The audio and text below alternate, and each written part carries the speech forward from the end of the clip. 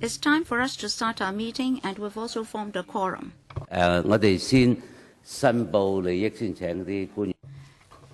We'll first have declaration of interest. Please invite the officials to come in. Perhaps I should start first. I'm a member. Please refer to Annex 1. At the last briefing, we had a list of clubs. I'm a country club member. Hong Kong Football Club, Golf Club, Jockey Club,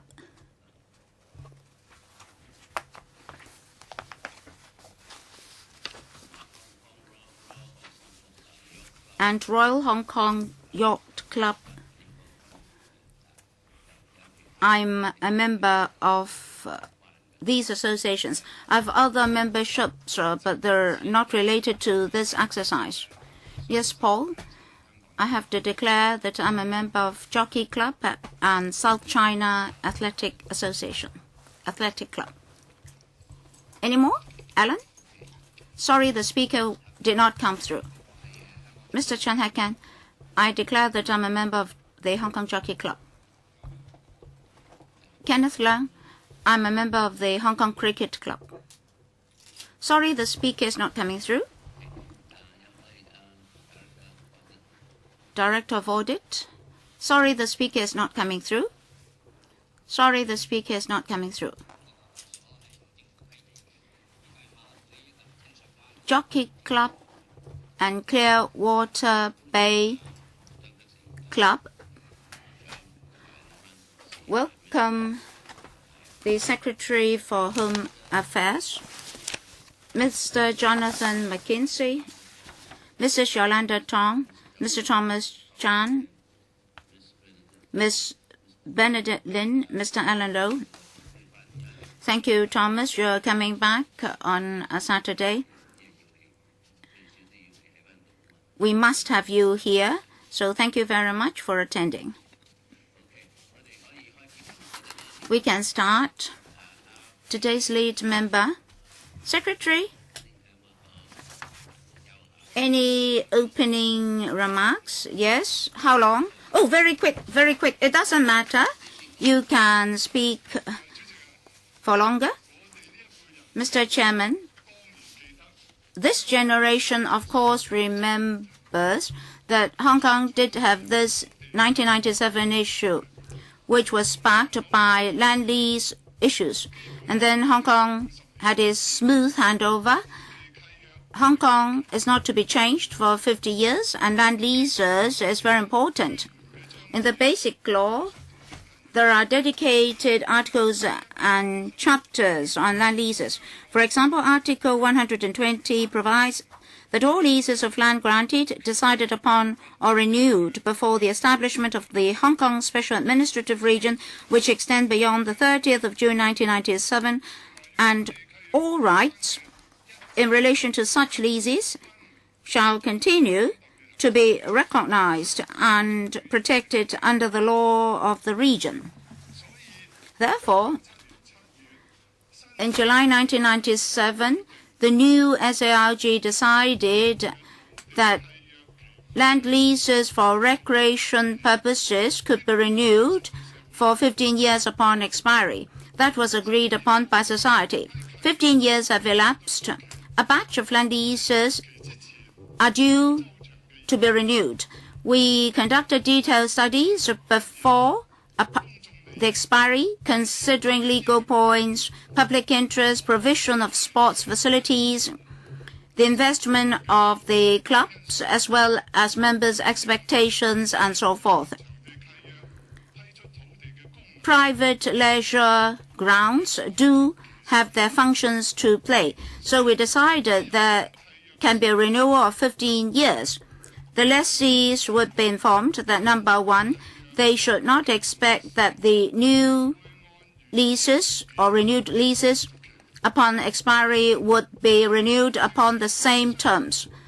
Number two, they have to discuss with the Home Affairs Bureau to expand their sports facilities and extend them to the public, and to have such provisions written into the leases. As in the past, we support the approach that before any renewal, public uses should be considered, and there should be provisions in the leases that so long as the government gives proper notification to the lessees concerned for the benefit of public interest, resume the land sites. For 15 private sports clubs and 4 non-government organizations, we have renewed their private leases, including South China Athletic Club, Kowloon Cricket Club, Kowloon Lawn Bowl, Kowloon Indian Club, Pakistani Club, Filipino Club, etc. For NGOs, we have the Hong Kong Baseball Association, amongst others. These clubs have rather rare facilities to facilitate the diversification of sports. The provision of public facilities nowadays is more than in the past, but there's a huge public demand for sports facilities. Private sports clubs provide to over 140,000 members sports facilities, thus easing the pressure on the public sector. Some private sports clubs, after so many years of development, are capable of organizing major events and can assist Hong Kong in the organization of international events. We'll continue to monitor the implementation of this plan and provide assistance to those whose open rate to the public is on the low side. For those who open up their public rather infrequently will not renew the leases. Some of these clubs have been in existence for over a century. We understand the changing public sentiments in recent times. This term of the SARG is particularly concerned about land supply and housing supply. In September this year, on private leisure land leases, we conducted a comprehensive policy review with comprehensive objectives, diversified public interests, and long-term objectives for sports sites and the potential users of the land sites concerned, as well as fiscal revenue, ancillary facilities and land leases, as well as the interest of the lessees, members, and staff. Apart from the Home Affairs Bureau, relevant bureaus and departments have participated in the review. For example, the Development Bureau, the Lands Department, the Planning Department, the Rating and Valuation Department. As the audit report points out, the government grants land sites to private sports clubs for the development of facilities and the use of their members. This has been a policy of long history. We must meet the needs and demands of all sides. We should conduct in-depth studies in order to strike an appropriate balance. The review covers broad issues and complicated issues. We envisage that by the end of 2014, we'll be able to get some preliminary results. I'd like to thank the Audit Commission for its work and report on the subject. I agree to paragraph 5.8 and paragraph 5.9, which sets out the recommendations. The report mentions cases of suspected breaches of lease terms. We'll follow up on that issue. With these remarks, I'd like to listen to members' views. Thank you. Secretary for Home Affairs, Development Bureau, would you like to introduce to us your policy objectives, etc.? As said just now, after the completion of the review, we'll fully support them. Will 4 members have raised their hands? Mr. Paul there, and then Mr. Chan Hak Kan, Mr. Alan Leong, Kenneth, and Mr. Wong Yok Man. All right, Paul, you're today's lead member. Please ask your questions. 15 minutes per member. Well, Mr. Chairman, I believe I belong to the so-called this generation, as mentioned by the SHA. I declared my interests just now, and for many, many years I've been a member of the Hong Kong Scouts Association. I was a scout since childhood, and I'm concerned about facilities, etc. Be it a sports club or other clubs, we cannot deny their past contribution to Hong Kong. The question is, every time when it comes to renewal, if a land site is to be granted, an in-depth study was conducted in 1969 and 1979. That was done. But for a certain period of time, such exercises have been suspended.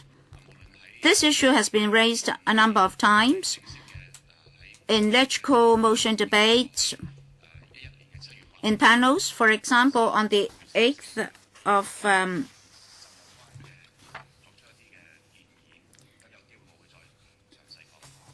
July, we did go over the issue.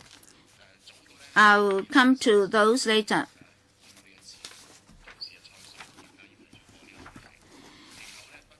On the 13th of March 2003, Ms. Choi So-young mentioned that, and then Mr. Sin Chung Kai, Mr. Wu Chi-wai, and other members have asked detailed questions about the same issue. So I'd like to ask the SHA why the exercise had been dragged on for so long until this audit report, when the administration becomes more determined to do something. SHA, I'd like to thank Mr. Jie for his questions. For LegCo members' questions, as well as discussions in the Home Affairs panel, I'm clear about the contents therein. In recent years, questions have focused on one aspect. That is, to what extent these clubs are open to the public. Did the clubs follow the lease terms in opening up the facilities adequately to the public? That's one question.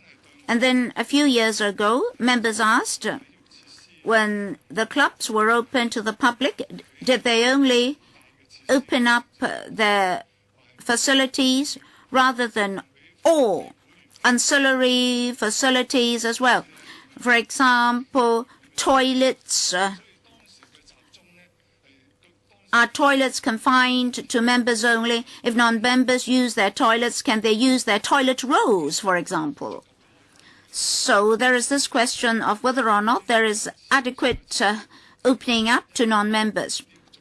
In 2011-12, when we carried out this detailed internal study in the government, we focused on these questions, and the issues have been handled. In the new leases, in the new land leases, is stipulated clearly the requirement for opening up to the public. If the clubs do not follow these terms, they'll be considered as breaching the land leases. So we did have follow-up actions. Mr. Porter, yes, indeed. One of the foci is as what the SHA mentioned. I mentioned motion debates in the LegCo. I may not necessarily agree to all the original motions. Well, let me mention the one moved by Ms. Tanya Chan. She suggested that the leases be renewed for 3 to 5 years, and then there should be a review on renewal, further renewal. But in fact, that motion was not about opening up the facilities to the public. Ms. Chan asked for a short-term renewal initially. And then Mr. Wu Chi-wai's motion was similar. He opposed a renewal of 15 years to private clubs. And certain space should be resumed by the government upon renewal. Well, once again, I may not necessarily agree to that suggestion, but it's a fact that both motions were carried. Apparently, the administration did not quite respond to those motions. Why? SHA? Mr. Chairman, those two motions are not binding. Even so, we attached great importance to them.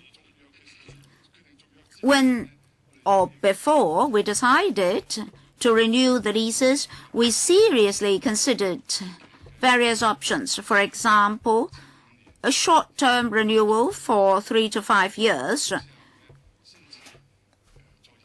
to be followed by a review and further consideration about renewal. So we did not just consider the opening up of the facilities. We also considered the history of the clubs. We respect history and reality. We would like to take care of the interests of all parties concerned. So we decided to have a 15-year renewal. Yet, we introduced a new term in the lease.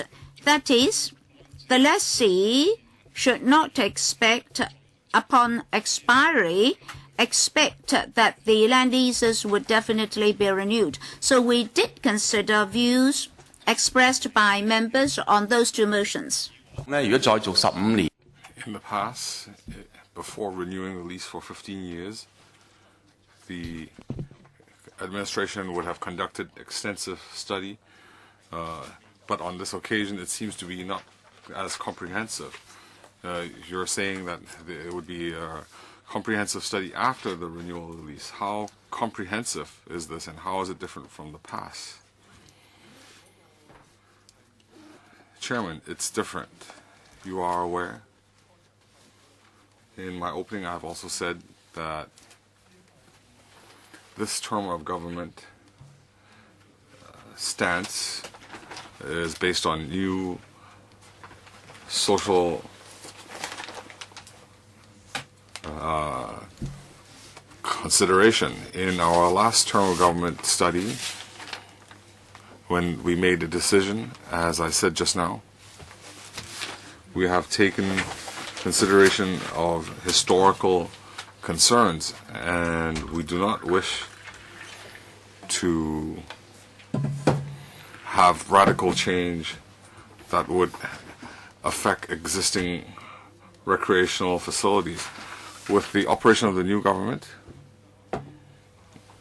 we now have an intra-government department comprehensive study that will bear in mind social concerns. So whether it is extent and depth, it is different. And after we've renewed the new lease, we have also stated the leasee cannot expect the lease will be renewed on original terms. So the review scope of consideration is much larger. The response is contradictory, because if this term of government is concerned about land supply, shortage of land, then when renewing the lease, shouldn't they be more cautious, and they should not lock all their options to 15 years? Paul, in his opening speech, he had stated the principle.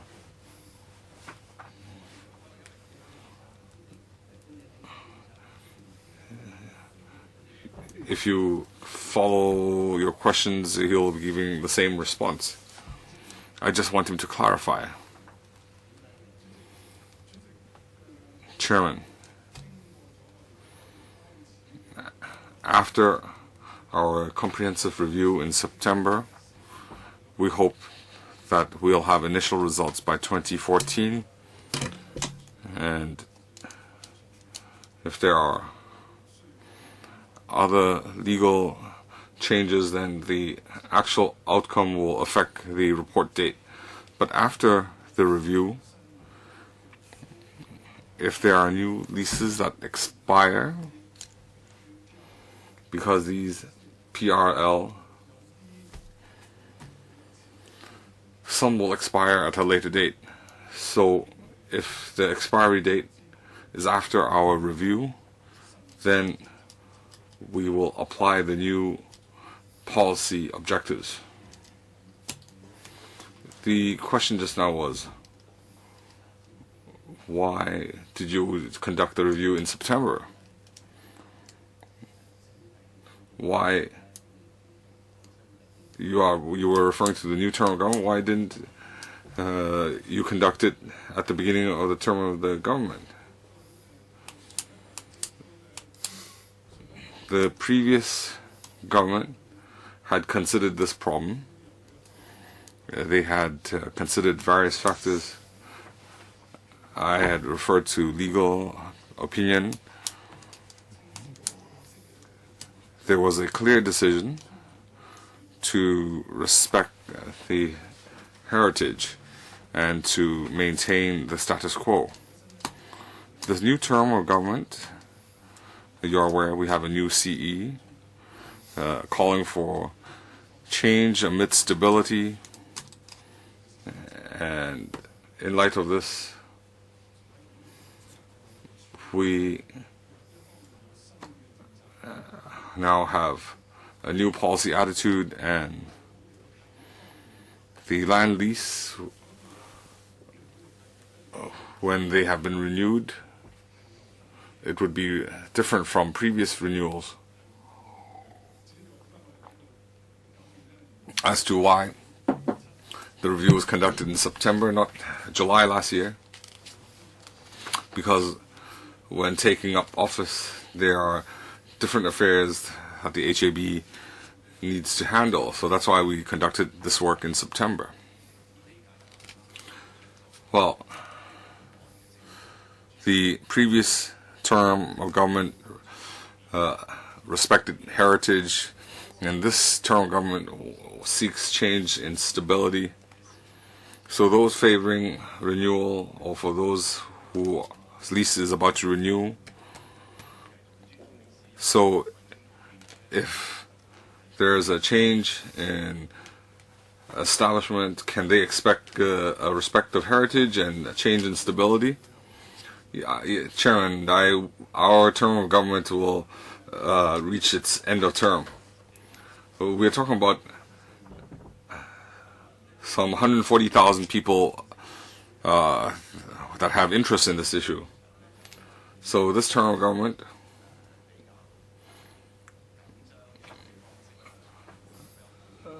might have a more urgent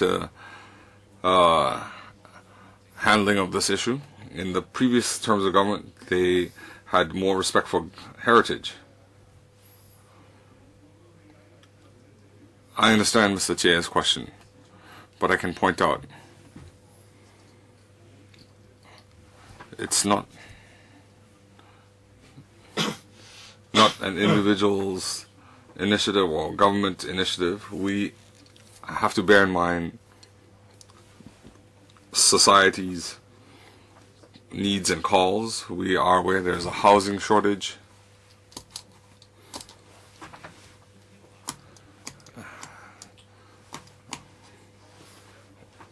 The Secretary provided a lot of reasons, but if you refer to the 1969 1979 reports, including our questions and motions,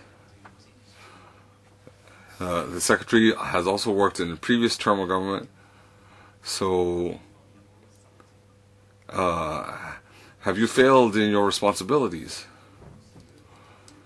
Well, I am taking this problem, my colleagues and I are taking this problem very seriously. Land leases, as I said in the beginning, are a subject of concern for a lot of people, and it involves more than one bureau. So you have not failed in your job. No, no.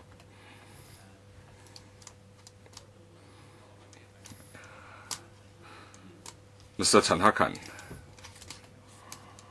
I'd like to focus on the third part, on opening up our facilities. The third part.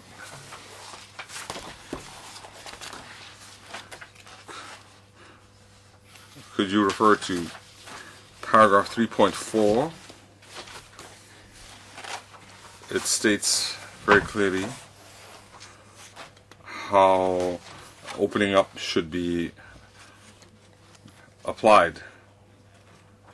The report says that when the government makes a requirement, then the facilities have to be available in 3 sessions for 3 hours each. So this is the 3x3 requirement we've been referring to. So if you refer to Annex 2,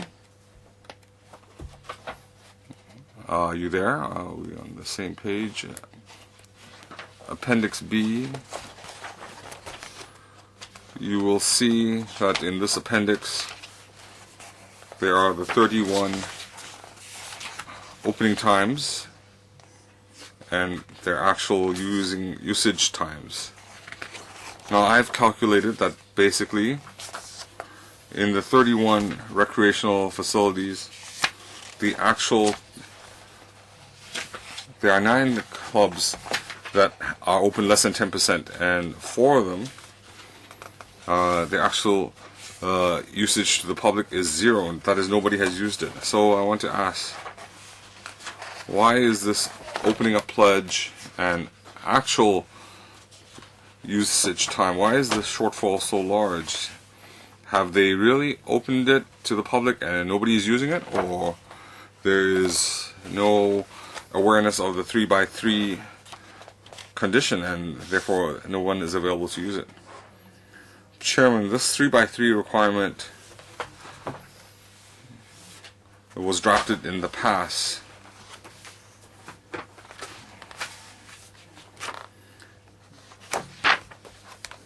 So after the renewal of the lease, it far exceeds the 3x3 pledge. Their opening up is much more than a 3x3, because after hearing from different opinions, when the lease was renewed, the opening up was expanded. The audit report also points out this situation exists. They've pledged opening hours, but in fact, outside bodies using the facilities, there is a shortfall. So there are various reasons for that. The audit report has pointed out some reasons, and one big area is that it's a private facility, so members have a priority. So for outside bodies, their hours are not as favorable or popular.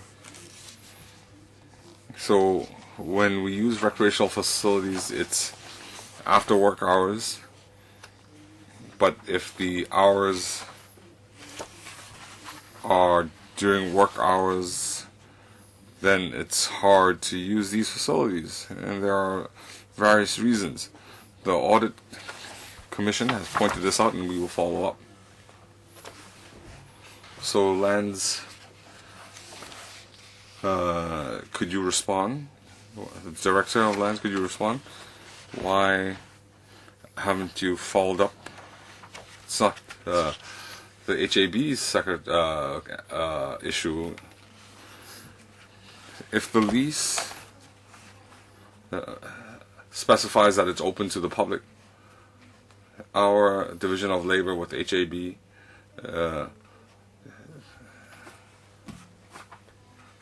the Bureau and recreational facility have a communication. So you're saying it's not your problem.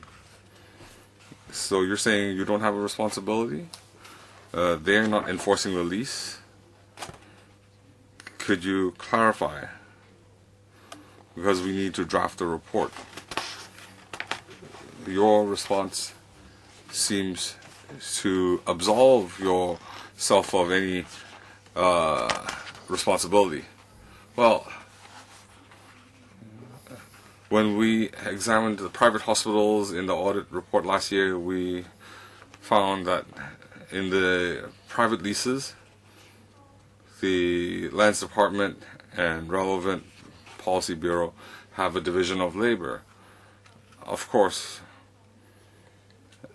the opening up implementation on this, in this case, if we discover problems, then when we enforce these conditions as the Lands Department, it is our sole responsibility to deal with any breaches. And this is regarding the opening up. So as the Secretary said just now, facilities will have priority in serving their members, but these private facilities who are using government land, they feel that it's their private investment. There is no incentive to opening it up for the public. So this is the same as our case with the Times Square, the open area. Even the management feels that it's part of Times Square. So the club, even if they've pledged certain times open to the public, but only the Secretary and the recreational club are aware. The public don't know, and there's no incentive to open it up to the public. So if you want to,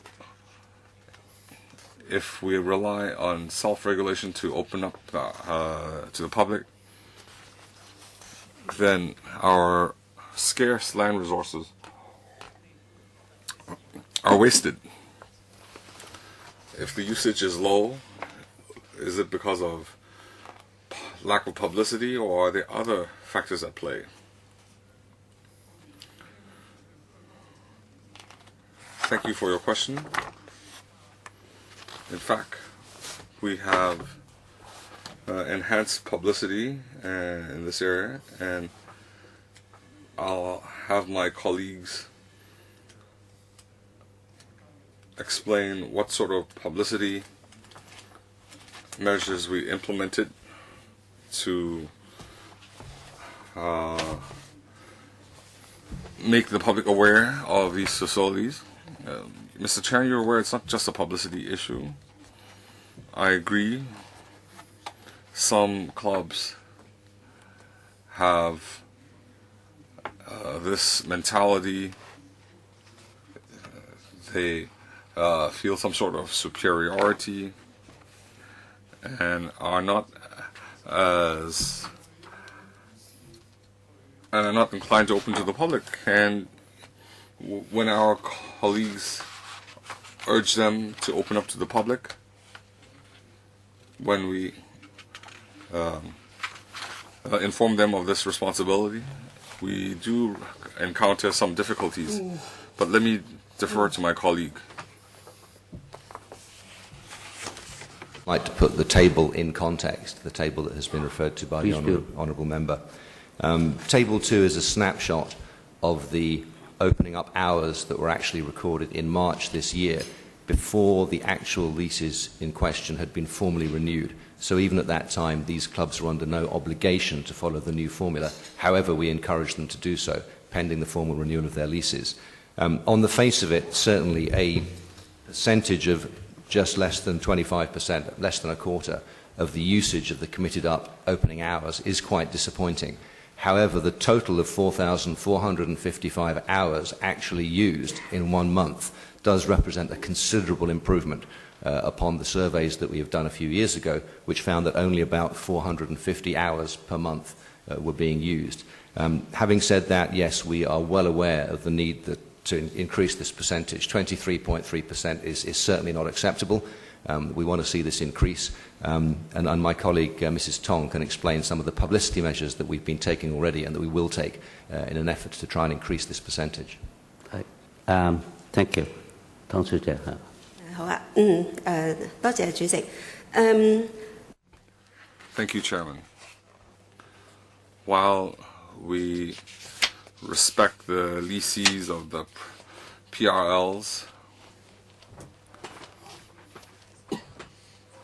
we don't rely solely on self-regulation. We need to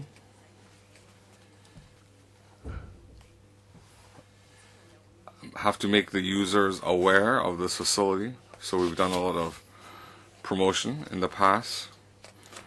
We've placed commercials in newspapers, or we've required lessees to display the opening hours of their facilities in their website, and we have a list of 47 facilities, that information on our HAB website, and the information includes email, phone numbers, and which facility is available at which time slot, and the cost. All this is on the website. It's not just on our website. We also work with, let's say, schools, and we work with the Education Bureau, we work with the Social Welfare Department, and the different NSAs, the LCSD.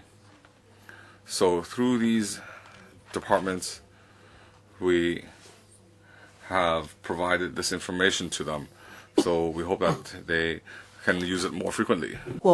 Furthermore, through the district offices in the 18 districts, they would also help us do the publicity. Hopefully, this would send out a message to the final end users, and if they have such a need, then they will be able to use these facilities.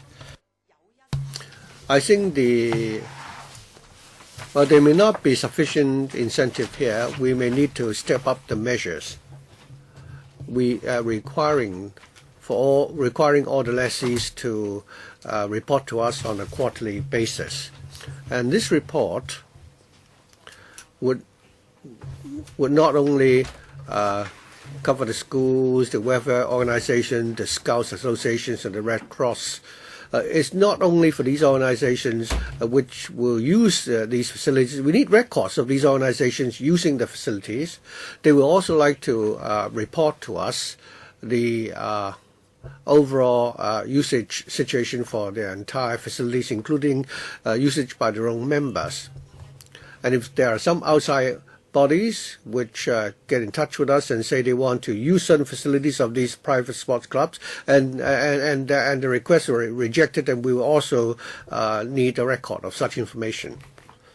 We want to actually bring about a change in culture here. The Secretary already said that there are historical factors behind the implementation of these leases. Many of the lessees at the moment, I have already, the way they use the facilities is already a matter of habit on their part. It's also part of the culture. We understand that our society has changed, and we realize, of course, that it's no easy task to change the culture. And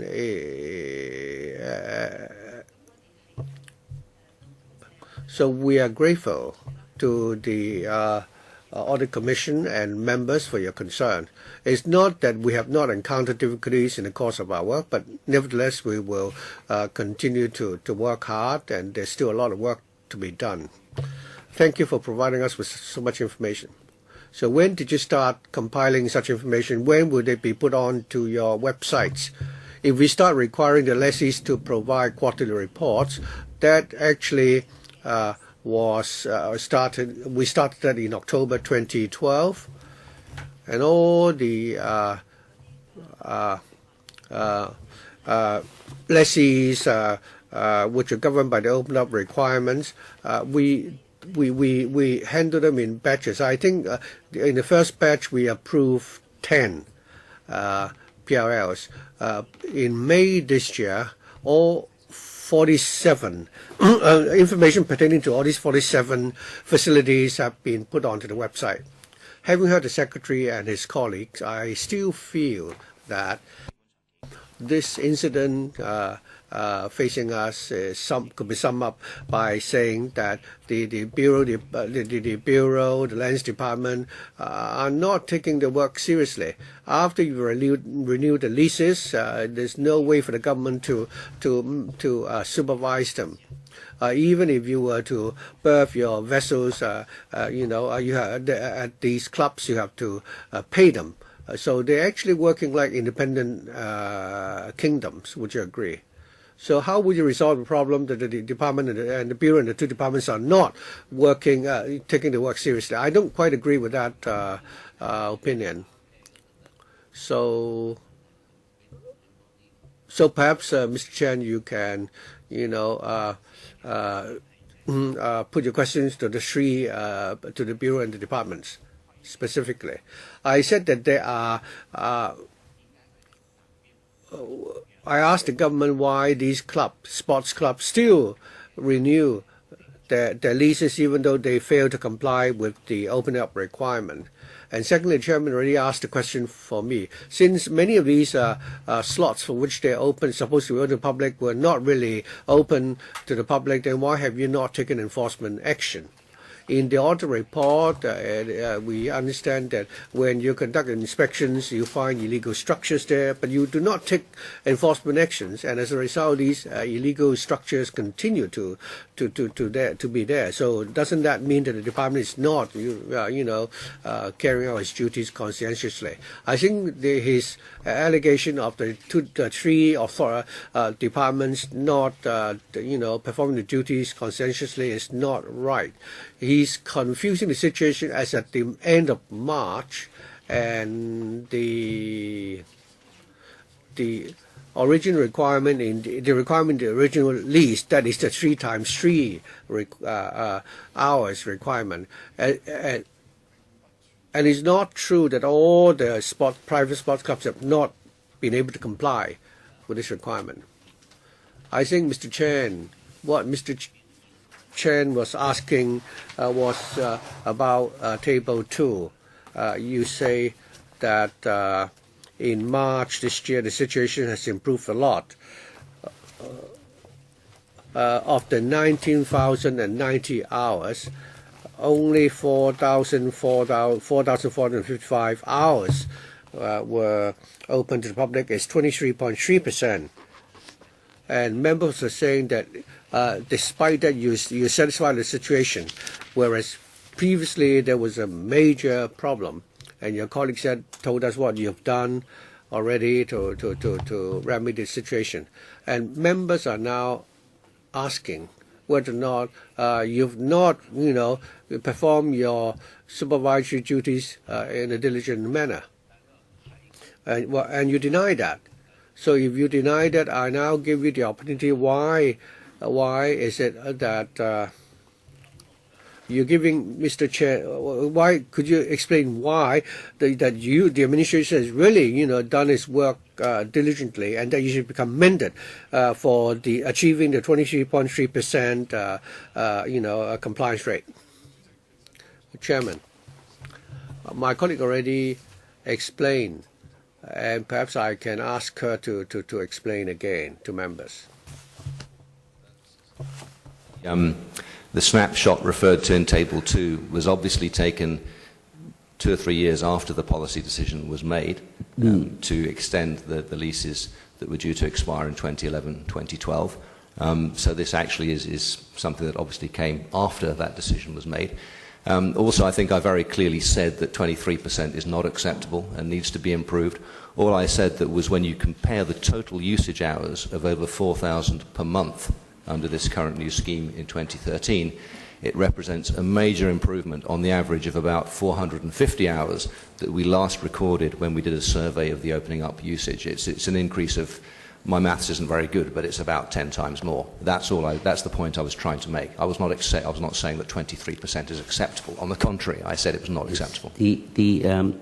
If I may just follow, the question is probably what is being lost is lost in the translation. That 23% that being in this particular table, only 23% of the total have been utilized.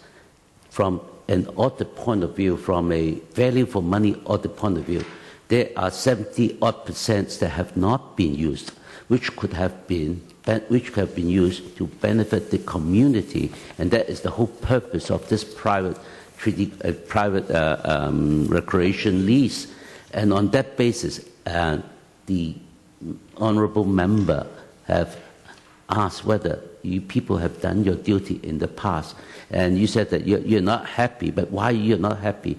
But a wastage is a wastage from our angle, that we need to measure that amount of wastage in terms of the benefits to the community. Do you understand that? So that's why his question is, have you people done your duty? If you have done your duty, the community would have benefit. Chairman, I think Mr. Chan's allegation that we're not working diligently enough, I think this is probably his logic. That is, these clubhouses have not opened up enough to the public. And he asked why the HAB is turning a blind eye to that and still renew the leases. I think that is the gist of his question. Is that right, Mr. Chan? But in fact, I've already explained to you just now that at the time we conducted the review, we've already listened to members of the views of members. We've taken heed of the aspiration of the public that these facilities should be further opened up. So we've actually done our due diligence, and therefore, at the time the leases were renewed, we put in this requirement for the facilities to be further opened up, and we put it down into the lease as one of the conditions of the lease. And this was not done in a fuss. The very fact that it is put into the lease itself shows that we've already done carried out our due diligence. And we have various factors to consider when we renew their leases. We did not just consider only the opening up requirement. Many of these sports houses, clubs have exceeded the 3x3, actually done better than the 3x3 requirement. So, Mr. Chan, if one looks at Table 2, the government requires these clubhouses to open up the facilities. If you look at Clubhouse 13 and 16, one has exceeded target by 14%. The other one has opened up to the public by 60%. I think we are satisfied with that. But looking at the entire table, most of these sports clubs, I think the compliance rate is less than 20%. I believe the PAC. I believe the kind of improvements that we expect is very much different from that of the Secretary. Alan Lau. Thank you. Chairman, when I read Chapter 1 of the Audit Commission's report, I've attempted to find out who are the accountable officers and whether or not they have any sense of regret, and admit that in the past they've not done the job well enough. But that's not the case. And having heard the Secretary today, he's given us the impression that he is being very stubborn and reluctant to admit his fault. So I can't help being a bit harsh to the Secretary. Hong Kong is severely short of land. Land is very precious. And the sites that we're talking about covers millions of square feet, and they are leased at a nominal, either free or at a nominal, fee of $1. The purpose of doing that is not to create a special privilege, but rather there are certain sports for which we do not have venues in Hong Kong for us to train up talents, and it's also likely that if you spend public funds in this manner, we want to arouse the public's interest in sports. The Secretary said that it was because the government respected history or the historical legacy, and that's the reason why we are faced with this situation now. Now, I'd like to remind the Secretary that the audit report is based on the historical background. In the 1968 and 1979 reports by the government, in respect of the leases in respect of the PRL, so respecting history. It's not really the Secretary, but rather the Director of Audit, who respected the historical legacy. According to the report of 1968 and 1979, the government over the years have not really discharged its duties diligently enough. Just now, the Chief Leisure Services Manager said, no, that's not the case. Our society has changed. Our culture has changed. But the original social culture is a culture that shouldn't have existed in the first place. Why did we have this culture? It's because for the last few decades, the various departments, including the Home Affairs Bureau, the Lands Department, and the Development Bureau, have not really enforced the policy decisions as contained in the reports of 1968 and 1979. So I would now like to give the Secretary a chance to rebut my point. In my opinion, you owe the PAC not only a clear admittance of your responsibility and apology to the public, because the public had not been able to use these facilities for which they were entitled to. Furthermore, you should apologize to the members of these private sports clubs because they have been cheated. I believe the Secretary has gone to these clubs, although you didn't make a declaration. When you go to these clubs, you see a big sign at the entrance, members only. Didn't you see that? When you see this, did you have the condition in the lease in your mind? Did that remind you of the policy as enshrined in the reports of 68 and 1979? If so, why haven't you taken any actions? We've conducted a study in 1968 and 1979. So, as the audit report pointed out, when the audit just started, which was in March this year, 23 of these private sports clubs, the leases were already had already expired in 2011 and 2012. You knew very well that the Director of Audit was starting the audit, and LegCo members had motion debates and raised asked verbal questions, appealing to the administration to be accountable to the members of these private sports clubs, to be accountable to the public, and to be responsible to our history. and that you should really review these leases carefully before you renew the leases. As the Director of Audit pointed out, in September 2013, in March, the 23 leases PLL which were due to expire, 7 have been renewed for 15 years. Are you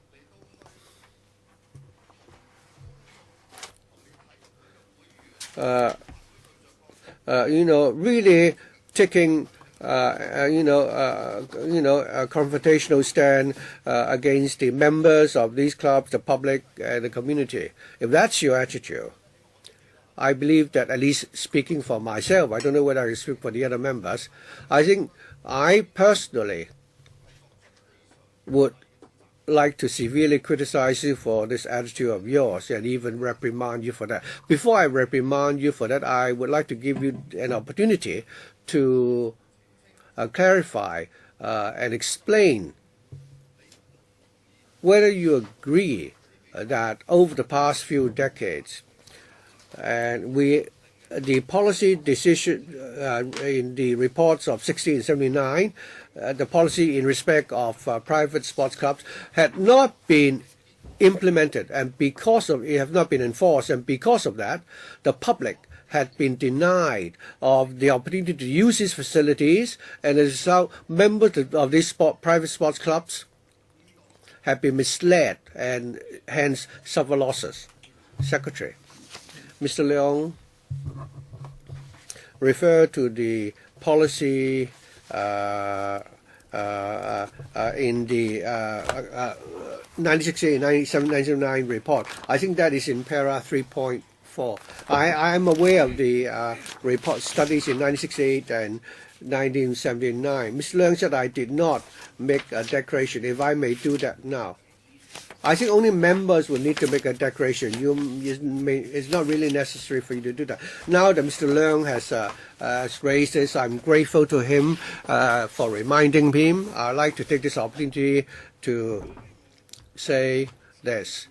That is, in the audit report, I'm not really a member of all the private sports clubs mentioned in this report. And all the PRL, all the clubs, with this PRL, I'm not a member of all the clubs, which have these PRLs. So that's the first point I'd like to clarify. Secondly, Mr. Leung, it's not surprising that Mr. Leung used such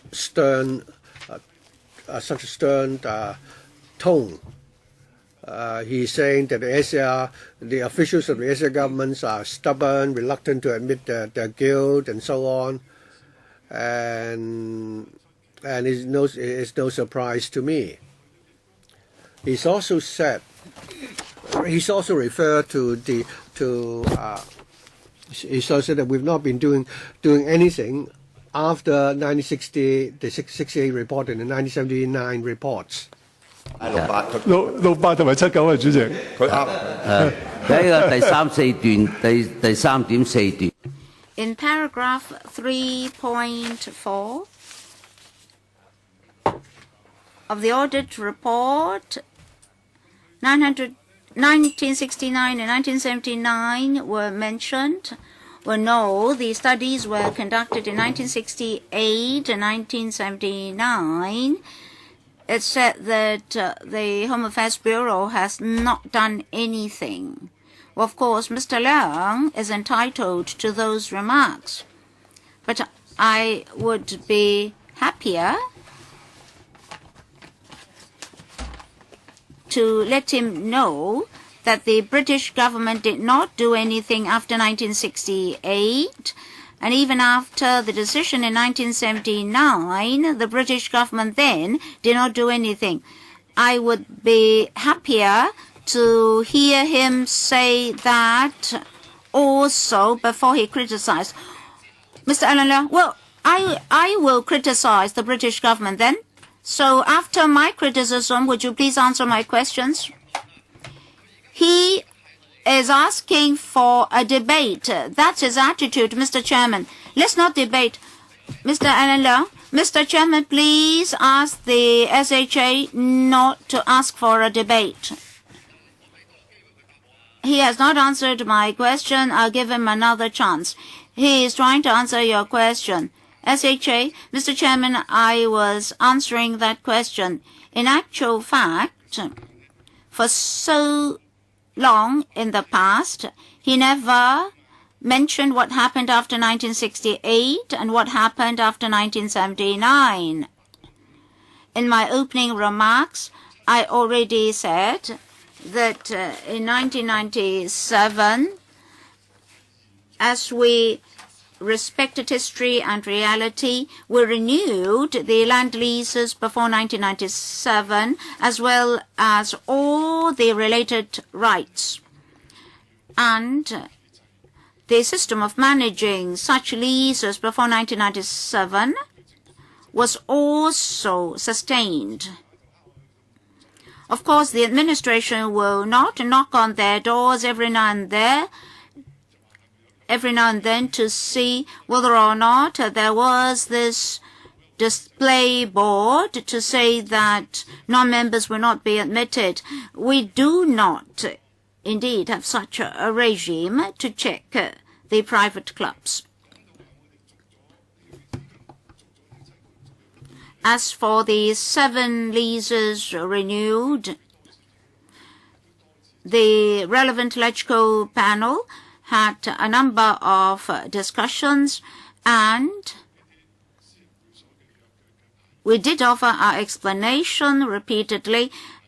Members did not query the renewal of those leases. Members only asked for more opening up of the clubs. For example, I did not hear members say that we should not renew the leases of the South China Athletic Club, Pakistani Club, Indian Club, and the like. We did not hear any views to that regard. Mr. Leong, Mr. Chairman, I respect this platform of the executive being accountable to the legislature. This is the Public Accounts Committee. I would not like to act like the SHA by lowering the level of this platform to something like a quarrel ground.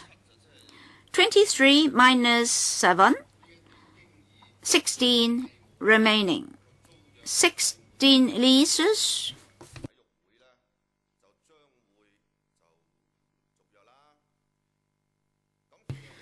that are due for renewal.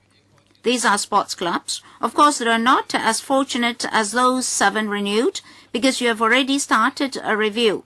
Will it be that when the 16 leases are renewed, the terms will be harsher? If that's the case, that is differential treatment. Are you afraid of challenges? How are you going to continue with your policy without being subject to controversy? SHA, we adopt the same policy for all clubs. It's not like what Mr. Leong mentioned. We wouldn't treat lessees differently or differentially. Under our opening up scheme, our colleagues will discuss the details with the clubs concerned to see whether there has been sufficient opening up and whether or not they are prepared to accept writing that into the terms of the lease or leases. And then we'll hand over the draft leases to the Lands Department for further vetting. The Lands Department will consider other factors, for example, whether there are UBWs or other irregularities in the club concerned before renewal would be effected.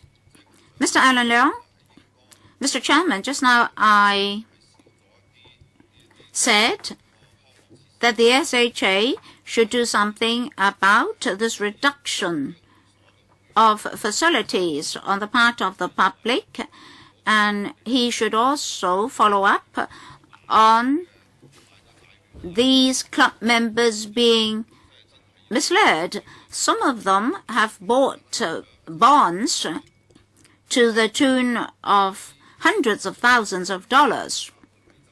Now, after the SHA resumed office, including the period under the Donald Tsang era, did he consider that aspect? He said that the British colonial government did not do that, and then the SARG had to tidy up the mess.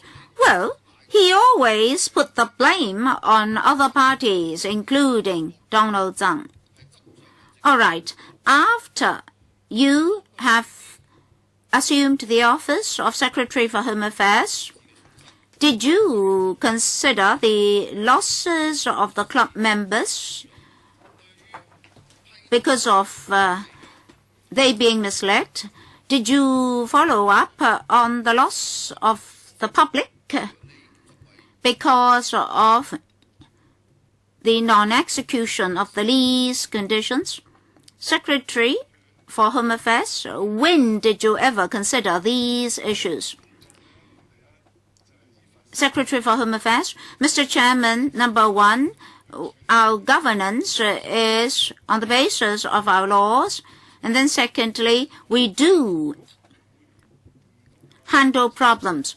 Mr. Leung suggested that those members have been misled, etc., etc. If he can produce evidence, I'll be happy to follow up. So does that mean that before today, he had never considered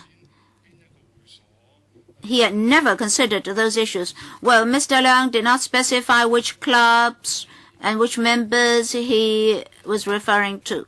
Well, you see, for some of these clubs, the entrance fee can be as high as, say, $1 million. Now, these are known as private clubs, so their members want to use the club facilities whenever they want. They would like to have privacy. They don't want to share the facilities with the public. So I think Mr. Leung's allegation of misleading is substantiated. So SHA, did you consider these leases from that standpoint? Mr. Alan Leung? Well, he was saying that the British colonial government, the invader, did not do its job well. All right. After Hong Kong became a special administrative region of the People's Republic of China, and after he has assumed the post of SHA, did he rectify the situation? Because these club members were misled. They thought that they could enjoy the club facilities without having to share the facilities with the public. So what I was saying is that did he consider these aspects after he assumed the post of SHA? Well, SHA, you said you respect history. Would you please explain? Mr. Chairman, I am pleased to hear those remarks of Mr. Alan Leung. If his allegation is that these club members have spent huge sums of entrance fees thinking that they could enjoy the club facilities without having to share them with the public, I believe it is the duty of the clubs to explain clearly to their members. Mr. Alan Leung? So I think SHA is saying that let them mislead their members. Although I know that the lease conditions say that the club facility should not be confined to club members, but I will close my eyes and leave everything to the clubs themselves. If Mr. Leung has evidence to indicate that any club, any particular club has misled its members, I would be happy to follow up. Well, Mr. Chairman, it's meaningless for me to pursue that question. He's just not willing to answer my question. Mr. Kenneth Leung, Mr. Chairman, I'd like to focus on page 5 of the report. Which paragraph? 1.13, paragraph 1.13, and the table above it. Well, SHA, when you assumed office, you knew that these leases were due to be renewed 2011, 2013, a number of batches. Yes, we knew that these leases were to be renewed. Mr. Leung, in paragraph 3 of your opening remarks, you said that you had, when you consider renewal of leases, you consider legal viewpoints, public interest, investment on the part of the clubs, the contribution of their members, etc., etc. And then you said that for the new leases, there are two differences.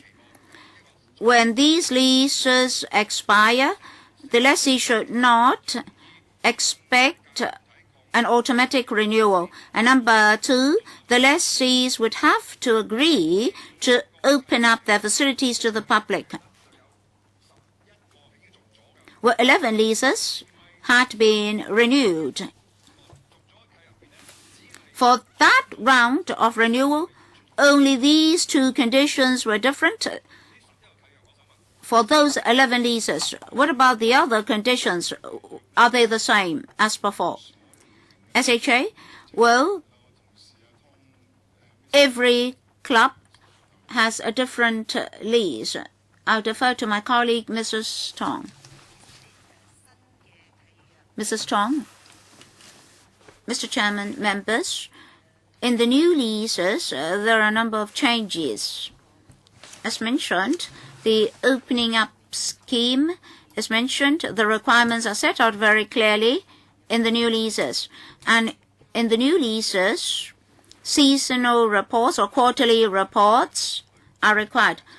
Mr. Chairman, I would like Mrs. Tong not to repeat what have already been said. Or at opening up scheme, I've heard it, no expectation for automatic renewal. I've also heard that.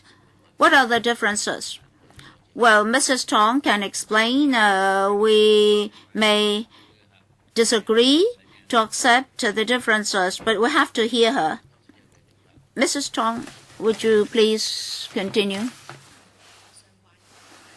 Well, Mr. Chairman, I just mentioned the changes in the new leases.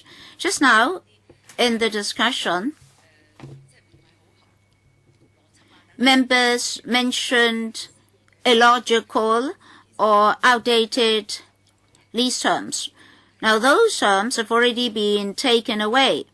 As for the details of the leases, perhaps I have to defer to our Lands Department colleagues, because the drafting work of the leases was done by them.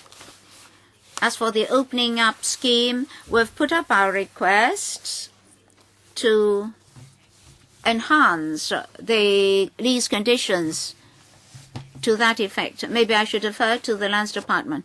Director of Lands, Mr. Chairman, do you understand his question? Yes. In the new round of renewal, what new conditions will be introduced into the leases, and these conditions are not existent in the old leases? Oh, you mean improvement there? Well, let her continue. There may be technical amendment or modifications in the new leases in relation to the neighborhood, the entrances and exits, and so forth. Apart from opening up the club facilities to the public, as the SHA explained, there are other additional conditions. For example, if a lease mentions MAA or Constitution, then in future, if the MAA and condition are amended, they have to obtain approval from the administration through the Lands Department. This change is to make sure that the lessee satisfies the lease conditions, and it will not, through changing its constitution, to change its operations such that the operations would be against the original intent of the administration. Are you saying that in the past, the leases of certain clubs are lower in status than the MAA and constitution of the club concerned? If that is the case, why did you not monitor them? Why do you have to effect this change only now? Mr. Chen said that you've been wishy-washy in your action. Mr. Chairman, these leases were granted at different times for different clubs. For example, when it comes to use, if the club can be used for leisure purposes or purposes and uses stipulated in the MAA, when normally the uses stipulated in the MAA should also be related to sport and recreation. But in future, if this is to continue, the club can use the facilities for the use in the lease as well as the use in the MAA. And then in future, they can change the MAA without the government knowing it. And that change may be against the lease conditions. So we add in this new requirement in the new lease. Thank you. Mr. Kenneth Chan? Mr. Kenneth Leung? Well, back then you already knew that there would be renewal. Why did you not conduct a comprehensive policy review? Why did you only make makeshift amendments on renewal? You know that the 51 leases did have loopholes. Why did you tell them that we would only give you a frozen period of 3 to 5 years so that I can review my policy on private clubs? It's only upon completion of that review exercise that we would grant new leases. Why did you not resort to that approach?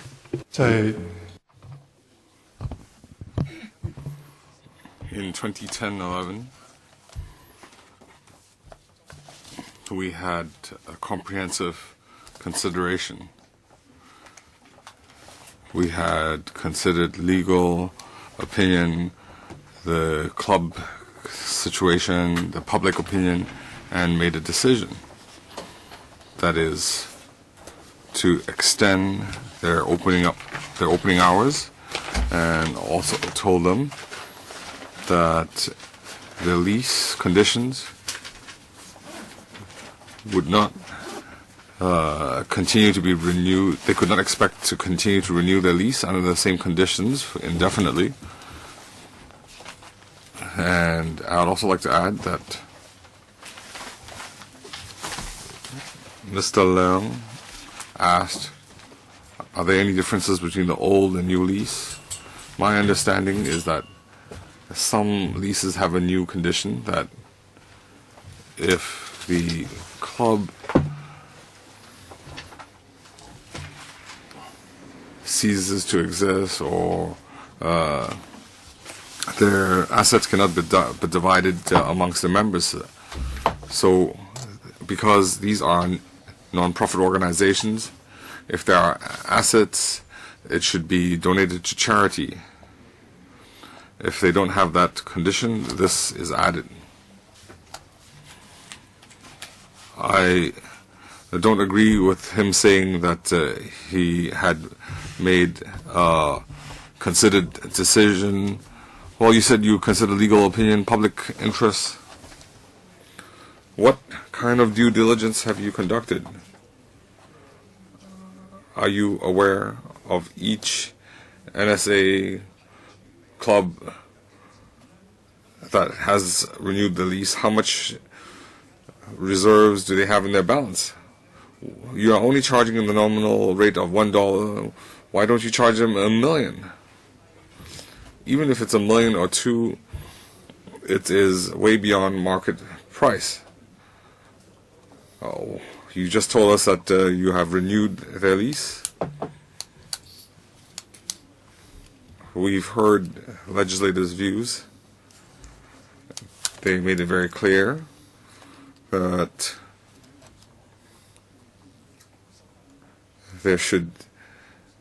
the government should charge these clubs, but the renewing of the lease was based on the principle of historical concerns. You will always refer to honoring the heritage and tradition. I'm looking forward, and Mrs. Tong said these private clubs every quarter need to compile a report to report on their opening up, whether they have declined outside bodies. So I'd like to ask, is there a fixed format? Is it a template, or can they draft it arbitrarily? This report is quite detailed. We require them to divide it into 3 parts. In a policy objective, for example, promotion of elite sports, or a mega event venue, we require them to provide information on outside body use, including which body is using it during which time slot, how many people are using it. The second part, we do provide them with a template. The second part is membership information, or non-school, non-social organization use, because we encourage these clubs. For example,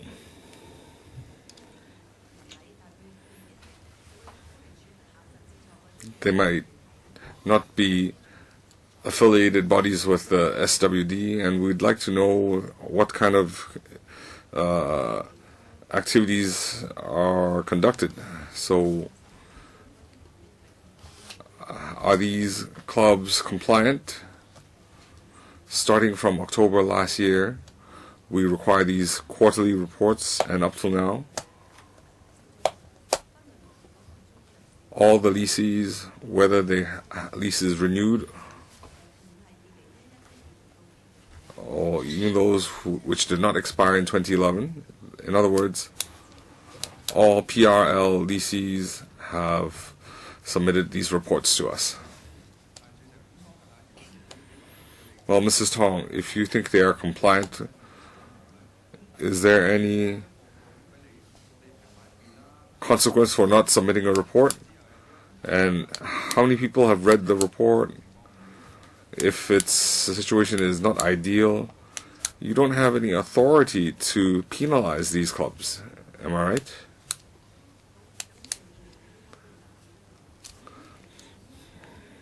On this point, in this round of expiring leases, we want to complete these as soon as possible. One major consideration is, under new lease conditions, we can promote our reforms. So in response to your question, if they don't submit a report, then what? For clubs that have not renewed their lease, there isn't a requirement for them to submit a report, but there is such a requirement in the new lease. If they don't submit a report under the new lease, then they would be in breach, and we can enforce the lease requirements, and through enactment of the lease conditions, we can open it up to more public use. I'd like to ask Lands Director, was the old lease toothless? Do you have clauses that allow you to regulate them, the old leases? What about old leases? Whether it is PRL or other general land leases, there are clauses that state if the leasee does not comply with lease conditions, Lands Department reserves the right to terminate the lease or not renew the lease. We do have that clause. But as with the enforcement of all leases in Hong Kong, we have to balance. We have to strike a balance, and this is in line with 1979 and 2011 policy. We have inherited the 79 policy, and basically if they breach the lease, if it's a first offense or if it's a minor offense, we provide them with opportunity to rectify. If it's a serious breach, then the department will consider not renewing the lease. And this policy direction was confirmed in 1979.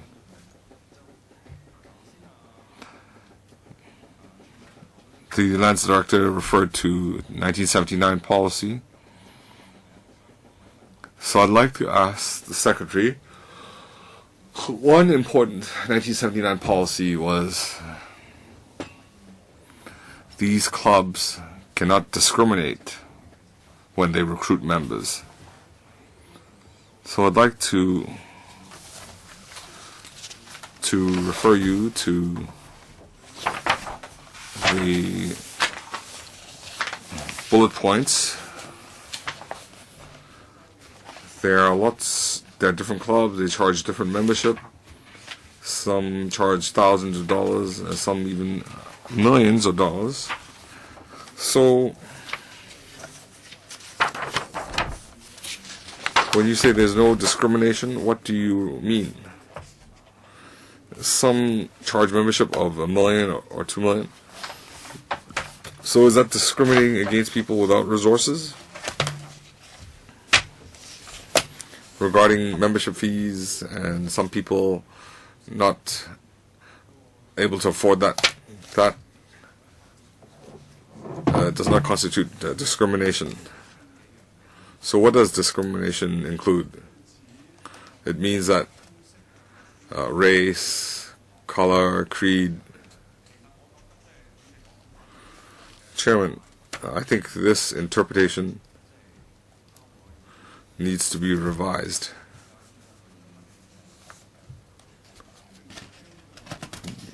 Chairman, we've heard Mr. Leung's call for revision. Charging exorbitant membership fees are discriminatory.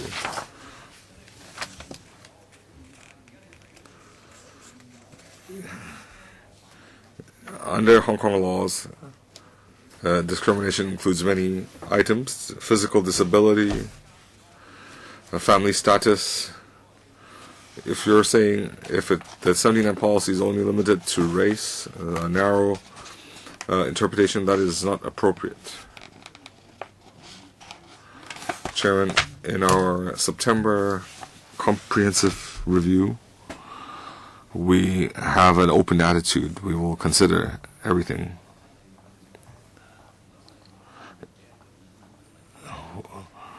After Mr. Wong Yongman's question, we'll take a break.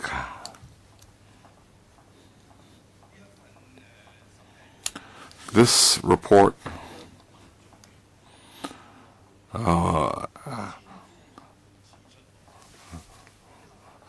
we've been waiting for this report, but you will ignore our views.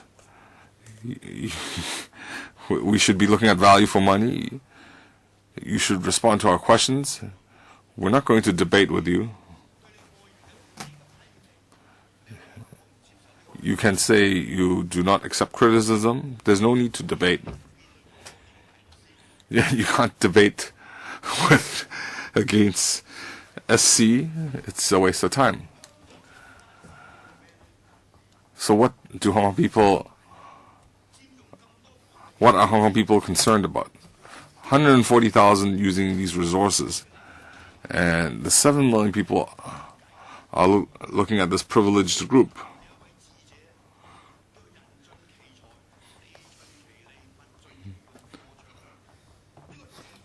So using land to its fullest extent is land of use is an important is an important issue amongst all governments. Mr. Zhang, you are aware that during colonial rule, discrimination of Chinese people, discrimination against communists or leftists. Today you're talking about heritage. You're talking about continuing discriminatory policies. You're talking about Clause 120 of the Basic Law. This is a issue of tort contract. We need to review why 140,000 people can use these resources, but 7 million people cannot. 15 years, that's 30 years. After 97, it was renewed for 15 years, and it's reviewed another 15 years. So do we have to wait till our next generation? And they still need to deal with an unfavorable land policy, irrational land policy. The audit report doesn't talk about that. I am talking about this. I think some of these land resources should be resumed. But that's not the ambit of the inquiry. We are talking about nil land premiums or low land premiums being charged for these PRLs, and whether it is value for money. So all you're saying is this party is incorrect, that party is wrong. But when legislators express their views, they might be caustic and mean in their comments, but that is their job. You don't need to argue with us. You can brush off our comments. I've just completed my preamble. So my first question is related to his opening speech and questions arising from that. The first, in paragraph 1, you say, our generation. I belong to that. We were baby boomers. But you're a government official. I'm a rascal legislator. So the basic law stipulates 50 years, no change. I refer to 15 years and 15 years of renewing the lease. So is that what you mean? So let's say you renewed 15, so you can only stop after the 45 years. Please answer the question. From September this year, we have started a comprehensive review.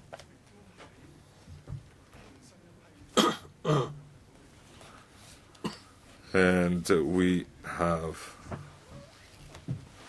stated that they cannot expect that their lease can be renewed unconditionally. He did not answer my question. What about other clubs? I'm talking about the whole.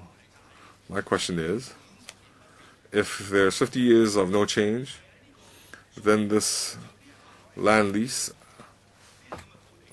the leases will it end after another extension? You're saying you will review the situation. If there are breaches, then they won't be granted renewals.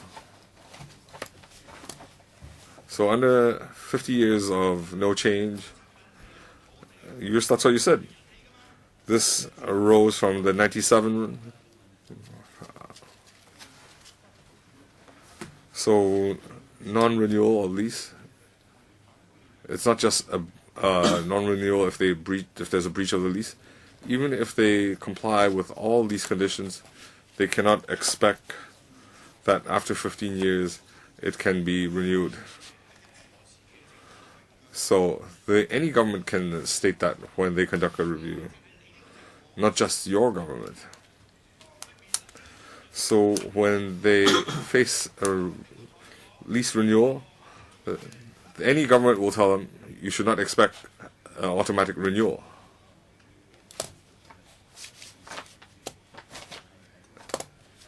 So under the 50-year no change, if you respect history, you're giving them 15 years and 15 years of renewal.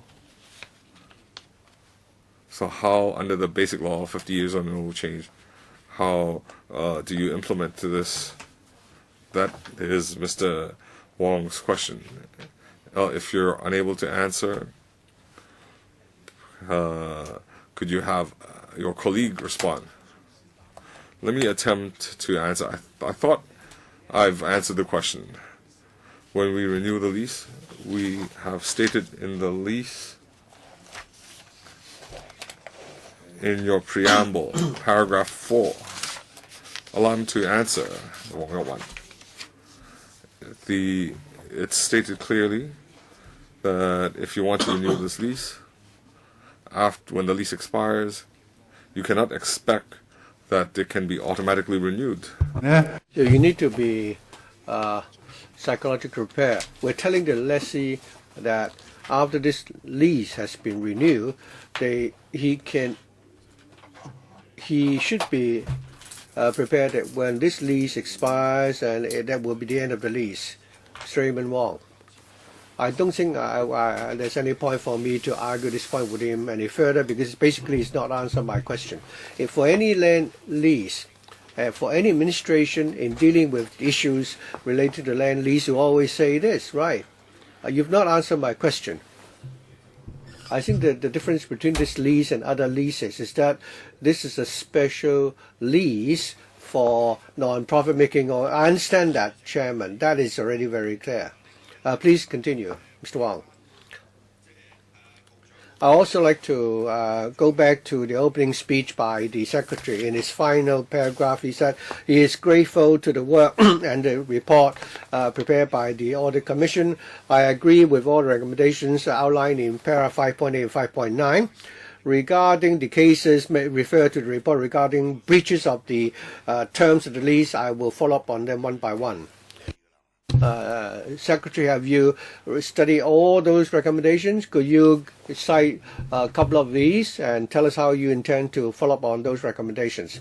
Chairman, the 5.8 and 5.9, do you think, are you going to accept all these recommendations in total? According to what you're saying in the opening speech, that's what you're saying. And then that you should set a timetable to implement all these recommendations. Shouldn't you do this? Are you just paying lip service and say, we've heard you? Just like the way you responded to members' comments, saying that you have an open mind, you've heard members' views, you seriously consider any views. All that is rubbish. I don't want to listen to rubbish.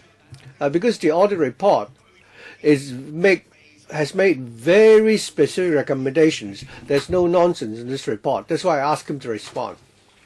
Well, the PAC, each and every time after we finish our meeting, we'll follow up on earlier reports, and we would check whether or not they've actually done what they've undertaken to do. We need to tell the public. Well, I think it should be the secretary who should, say this in answer to my questions. Chairman, as the chairman said, every time we've heard members' suggestions and comments, we will certainly, publish progress reports. Well, in the past, we follow up on the so-called follow-up work that you've done, and very often, when there's a further review, we would simply close that file because you've not done it. You're just paying lip service. We have lots of experience in the PAC. I believe I'm more experienced than you.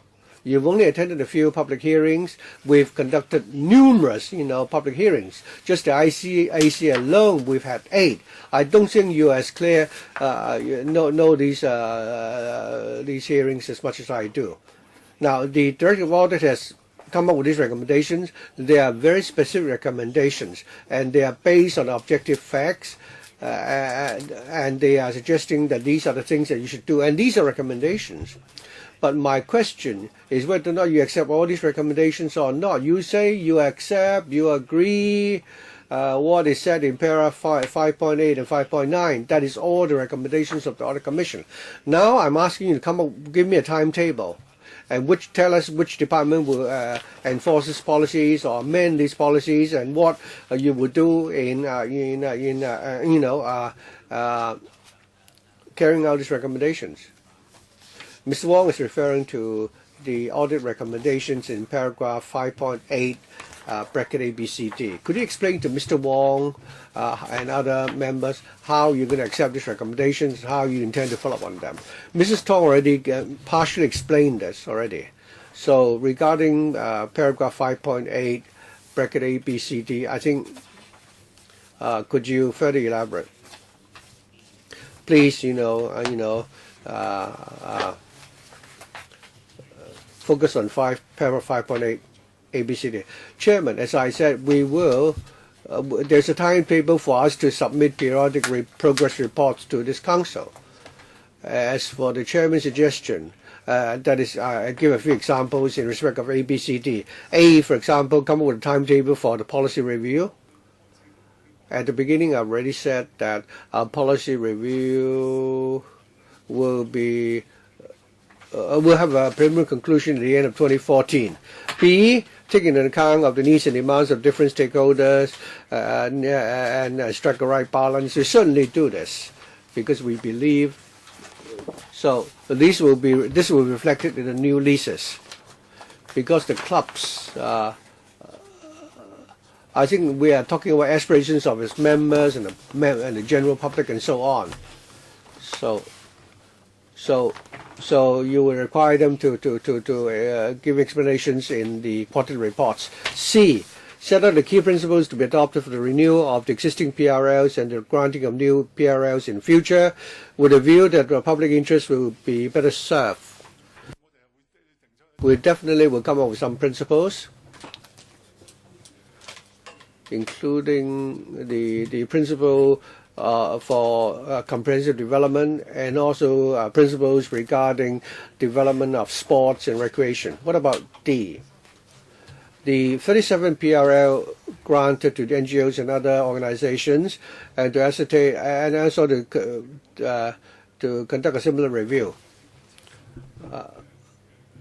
Indeed, other than the NSAs, for the 70 lead PRLs, we will deal with them together. It's not just the 20-odd PRLs. Could you give us a report after the meeting to follow up on how you would undertake such follow-up work, so that in our report we can include that in our PAC report. As you said, we will submit periodic reports. But for the purpose of this public hearing, since members have made the request, please give us a simple report. All right, let's also go to paragraph 5.9. Permanent Secretary, how would you, could you tell us how you intend to accept these recommendations and follow up on them? Have you accepted the report, first of all?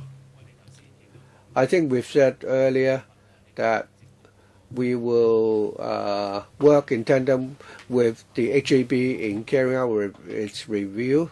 We will provide our professional inputs regarding, policies related to land use. Mr. Raymond Wong, paragraph 5.8 is the first part, and then in paragraph 5.9 you have that's part 2. So it means that in the course of the value for money audit conducted by the Audit Commission, the question of the queries regarding these private sports clubs and so on, I think they've identified many flaws and failures on your part.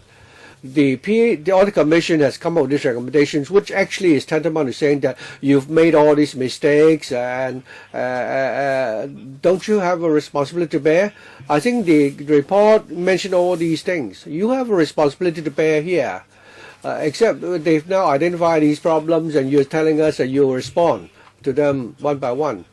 But you being the authority in charge, what we are seeing in recommendations are the mistakes that you've made. It's not just a question of value for money, not to mention that this is a reflection of the the wealth gap and the confrontation between different classes in our society. Mr. Jiang, you're a leftist. I have great expectations of you. We should be talking about public justice.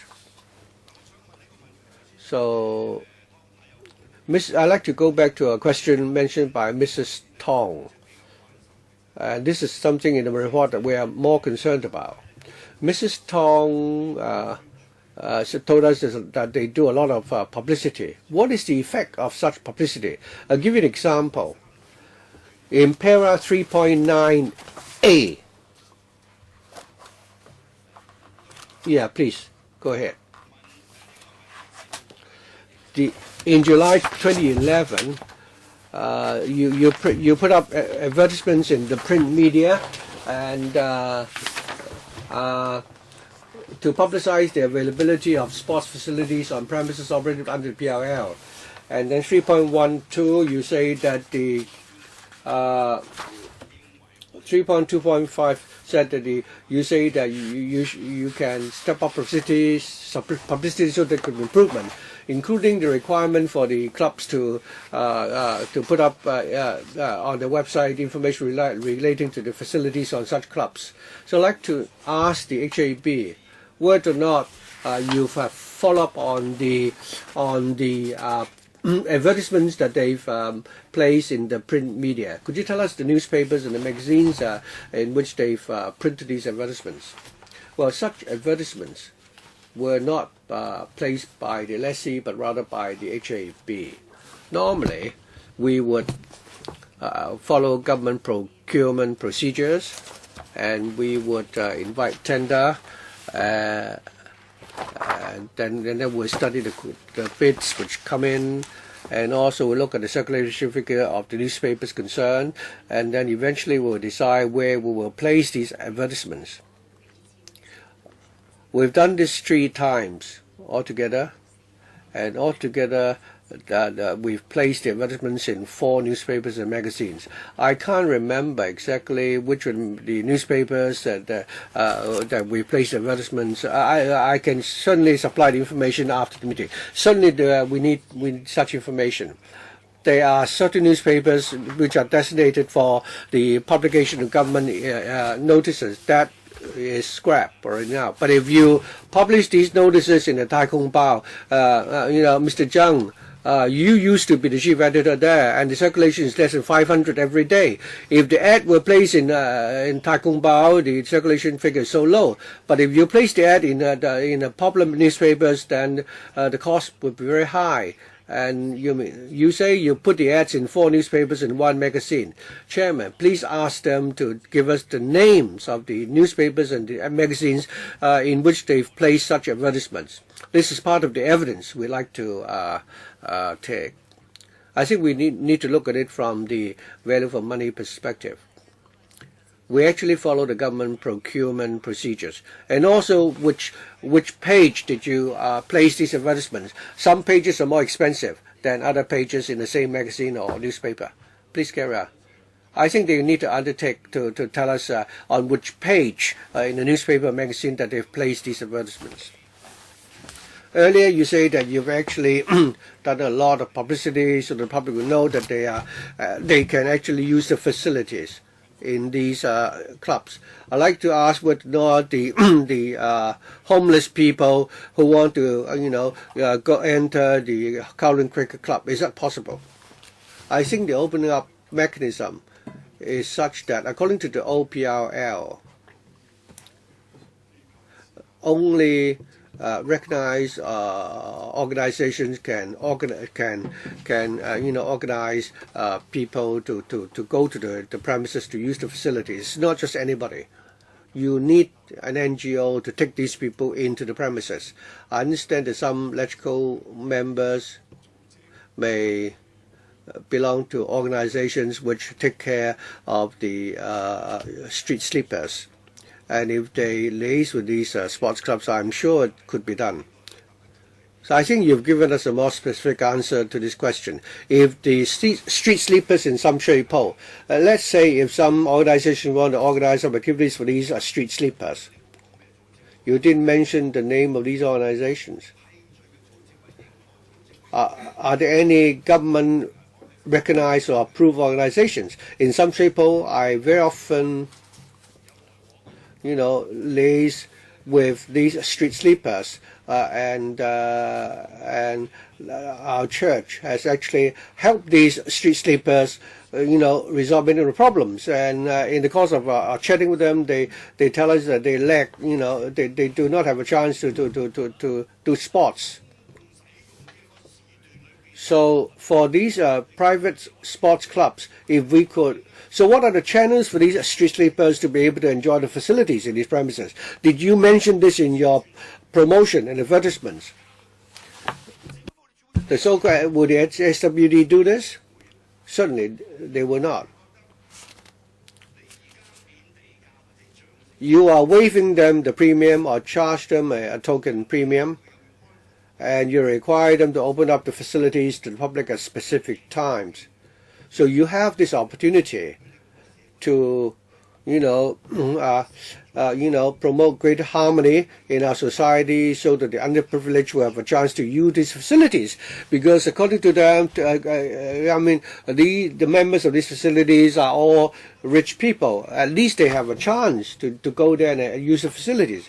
Have you proactively done this to help them enjoy these facilities? If not, I'm not making a joke here. You say, well, if an organization tries to do that, it could be done. Now, what happens if I were to try and it doesn't work? What's going to happen? Well, he's already answered your question that you have the right to do this, to try this. Have you asked SWD to do this? Other than the street sleepers, what about elderly people? Mrs. Tong? Thank you, Chairman, and thank you, Mr. Wong. Well, according to the procedure, and let me focus on the welfare organizations. In our publicity, we state clearly that all subvented organizations subvented by the SWD are the so-called outside bodies we have in mind. And it's not just that. We always encourage the lessee we do not specify. We say that other than the outside bodies, they can also work with other organizations. We understand that some organizations like Mother's Choice or or societies taking care of the mentally handicapped and the underprivileged, they may not be subvented by the SWD. They could be self-help organizations. There are lots of such information which are in the quarterly report. As I said, the information we ask for is the overall usage of these facilities, and it's not just the subvented NGOs. I believe the channel is there. But on the website, we also provide information as to how they can contact these private sports clubs. If any organization would like to do what Mr. Wong suggested, they can certainly try. Chairman, we need detailed information relating to what Mrs. Tong told us just now. I want a detailed written information. Which are these such organizations, or for example, those taking care of the visually impaired? Have they ever used these facilities in the private sports clubs, and the number of times they've done that? So could you give us such information after the meeting?